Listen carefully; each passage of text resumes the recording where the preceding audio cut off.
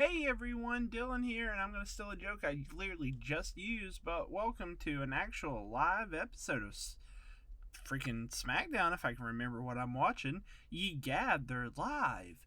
Alright, well, pre recorded, but you get what I'm saying. It's actually on time.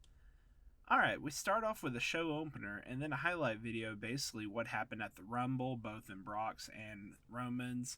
And then after, no joke, like 15 minutes of filler, we have the Bloodline with the newest / oldest member, Paul Heyman, coming out. Yeah, give you a little synopsis, considering I doubt it'll be a while before I do a Rumble review or anything like pay-per-view wise. So, Paul turned on Brock, basically, and cost him the WWE Championship, and he aligned with Reigns because Reigns came out and basically hit Brock over the head with the title. Yeah, there you go. So Paul does his normal stick, but it kind of sounds like his heart's just not into it, his opening bit thing. Then he gives a recap, basically what's been going on the past couple of weeks, and he said why he did what he did, which basically he was going to help Brock, but then he was basically like, I don't feel like it anymore, and then Reigns basically was like he forgave him and he handed him the title. I don't know, this whole thing was really confusing and not very direct. But anyways, during this, freaking Goldberg returned. Yeah, I'll be honest, and you can say what you want to about his recent runs, which they're very valid reasons to say this man should retire and or should be an active competitor. But either way you say it, them aside, this alone was kind of a cool moment because I wasn't expecting it, and I'll be honest, for once a Paul Heyman promo kind of wasn't interesting for me. And that's very, very rare. Anyway, when Goldberg gets to the ring, he says that he acknowledges Reigns as his next victim. And then he throws out a challenge at the Chamber for the Universal Championship, and, Reigns is next. Blah. Crazy face. Then after that they plugged the Chamber at Name Redactive Country, and then they plugged the rest of the show as we get Ricochet and Cesaro against Sheamus and Hollins. I don't remember his first name, I just call him Hollins. Anyway, whatever that Shaman. What? Shaman? Oh my god, are we bringing Pokemon out now? Anyway, Sheamus and Holland. Then they do a plug for WWE 2K22, which, yes, I am going to get, and questionably, yes, gameplay will be on this channel. And then we have a tag team match again against the Usos, against the Viking Raiders. What? I guess the whole tag team's going against the Usos and the Viking Raiders. No, it's just the Usos versus the Viking Raiders. I made that way too complicated. Usos win. Also, before we go to the next segment, I think they said something about they're doing a tag team elimination chamber. Which, oh god, no, not again. Anyway, we have a rundown of this stupid Natalya feud that, I'll be honest, no disrespect to the people involved, but I could care less about this. Anyway, they have another match, and Natalya wins by countout. I had to watch this to make sure I called it legitimately. Natalya loses by countout, so she's beating up Aaliyah outside, and at the count of 8... Aaliyah shoves her. Instead of Natalya going into the stairs, which would be like the logical thing, because she's beating her up on the apron, so the stairs are like right in front of her basically. But instead of her rolling into them, she ran like an extra half a step, like it was like a WWE 2K game, and she ran right into the guardrail, barricade, whatever you want to call it instead. Anyways, it has a shot after that of Shotzi and Drew Gulak, which, like, nothing towards him, but I thought he was legitimately released already. But you know what? I guess it doesn't matter because Drew's just coming out to the ring after the break. Speaking of which, they're in Oklahoma City, by the way. That doesn't matter, but I just like to say that every show. Let me have my bits. Anyway, Drew basically came out and said, like, he was supposed to be off on the shelf for blah, blah, blah amount of time. And he went against the doctor's orders coming back, and he worked harder than he should have worked. Because that's, and it repaired him by doing that, because that's how the human anatomy works. It's not, don't push yourself harder than your body should be just to rebuild a muscle. That doesn't work that way. But anyway, after that, he talked about the Rumble, and then he said all this led into him just saying he wanted the happy people. I'll be honest, SmackDown You could watch the beginning and the end, and that's the best parts. So everything in between, I'm just gonna meh about. Sorry.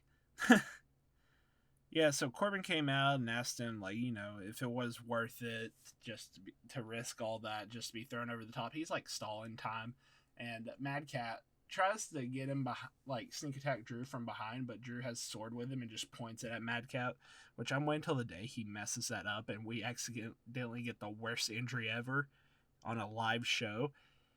Dark joke aside, Drew then makes Mad Cat tell him a joke, but not any sort of a joke, a Drew joke like the ones he's been doing. So anyway, after he tells a terrible, terrible pun, Drew does like the most obvious like fake laugh ever, and then Claymore kicks him, and that's how we end that segment. Then we get to see how Sammy was kicked out of the Jackass Red Carpet event, and Knoxville prods him a bunch. Then Sammy argues with the managers, saying that he's been the number one contender for the IC title for like months now and demands a match, which they gave him February 18th. I don't know why that date's important, but hey, there you go. Then Natalya barges in and demands a match against Aaliyah, which they get one next week, and apparently it's going to be dungeon style, whatever that means. I'm kind of scared, I'm not going to lie. Then we have Rick Boogs and Shinsuke come out for... Shinsuke has a contenders match against Jinder, and Shinsuke wins, but so it doesn't really matter. Then we get a recap of what happened earlier with Reigns, and can you tell that they're stretching for time? I can. Alright, we come back from the ad break. There we go. I had to think of what it was called. And you say words so much, they start to like all become one in your head. Alright, stalling aside, we have a recap of the Sonya and Naomi feud up to this point, and then Naomi basically throws a challenge for Sonya next week, but Sonya like declines it, saying that she's got a match against Charlotte for the championship next week, and Naomi's like, I don't believe a word you say. So she asks Pierce if this is true, and he confirms it. So I hope it's like a legitimate match, because Naomi is very talented in the ring, and that would be an awesome match if they actually give her time. Anyways, they have a highlight package of Goldberg's career, basically, that takes up 15 minutes. I don't know, I skipped it over. And then, hold on. I'm just trying to read real quick. I ain't editing this. You got to enjoy this. Okay, so they basically take up 15 minutes between that, plugging the upcoming events, showing off what happened at the Rumble. Bunch of bullshit.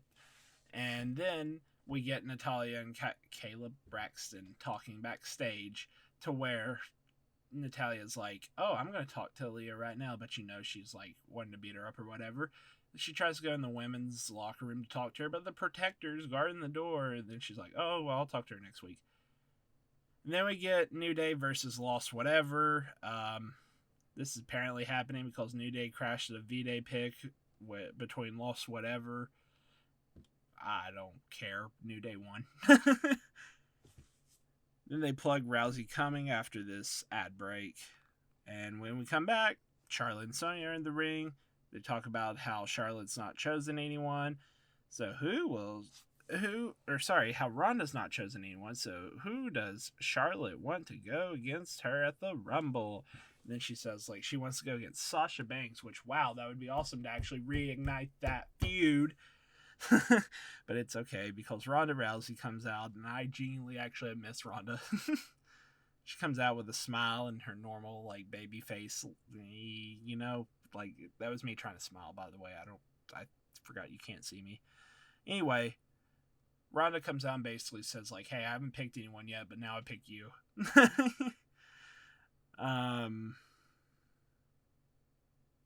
What? Sorry, I just blanked out. So yeah, anyways, she threatened Charlotte for a bit, and then she says she'll see her at Mania, and even calls her a bitch. Oh no, not on TV 14.